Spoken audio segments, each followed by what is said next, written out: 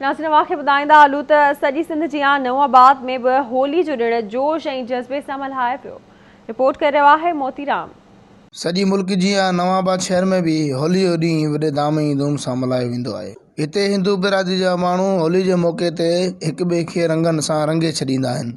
हिन ख़ुशी वारे ॾींहुं ते मुख़्तलिफ़ बिरादरी पंहिंजे मिट माइट वटि पहुची मिठाई या तोहफ़ा पिणु ॾींदा आहिनि। हिन मौक़े ते हिननि आवाज़ टीवी सां ॻाल्हाईंदे चयो त होली असां हर साल जी मल्हाए रहिया आहियूं थी, ॾाढो मज़ो अची रहियो आहे।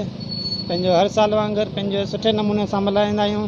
मिठाई बिठाई वठंदा आहियूं, माण्हुनि खे बि ॾींदा आहियूं ऐं घोट वारनि खे बि खाराईंदा आहियूं। होली जो त्योहार वॾी ख़ुशी सां धाम धूम सां मल्हाए रहिया आहियूं। असांजा मुस्लमान भाइर बि असां सां गॾु तमामु जोश व ख़ुरोश सां होली जो त्योहार मल्हाईंदा आहिनि। हिक ॿिए सां असीं रंग जी रांदि खेॾींदा आहियूं। मुस्लमान भाइर असां सां गॾिजी घुमंदा फिरंदा, रंग में असां सां गॾु में रंग में हू रंगजी वेंदा आहिनि, सतरंगा थी वेंदा आहिनि।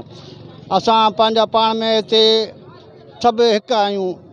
असां जो हुननि जो त्योहार असीं मुबारकूं ईद मुबारकूं ॾींदा आहियूं। असां वटि ईंदा आहिनि, उन्हनि खे रंग में असीं रंग में भरे छॾींदा आहियूं। रंग में असीं ॻाढ़ा लाल गुलाबी जहिड़ा रंग आहिनि उन में भरिजी वेंदा आहियूं। छो उन्हनि जी ख़ुशी असांजी ख़ुशी आहे। असांजी ईद बारात हूंदी आहे, उहे हिंदू भाइर असांजा गॾु अची असांजी ईद बारात में शामिलु थींदा आहिनि ऐं असां हिंदू भाइरनि खे होली हैप्पी जो लख लख मुबारकूं ॾियूं था। रंग हणंदा असांजा भाइर आहिनि, असां हू गॾु विचुर थी रहिया आहिनि। सॼी उमिरि असां हिते नवाबाद में गुज़ारियो पंहिंजे शहर में ऐं असांजा भाइर आहिनि। असां बिल्कुलु इहे महसूसु कोन था अञा हिंदू अञा कोन, असांजा भाइर आहिनि। असां गॾु ई होली जो रंग हणंदा आहियूं ऐं असांजा भाइर अला करे सदाईं ख़ुशी ईद ॾियार असां हर ॾींहुं हिते मल्हाईंदा रहंदासीं। हिंदू बिरादरी सां गॾु हूंदासीं इंशाअल्लाह। ज़रूरत इन ॻाल्हि जी आहे त अहिड़ा ख़ुशियुनि भरिया ॾींहुं ईंदा रहनि, मोहबत भाईचारो क़ाइमु हुजे।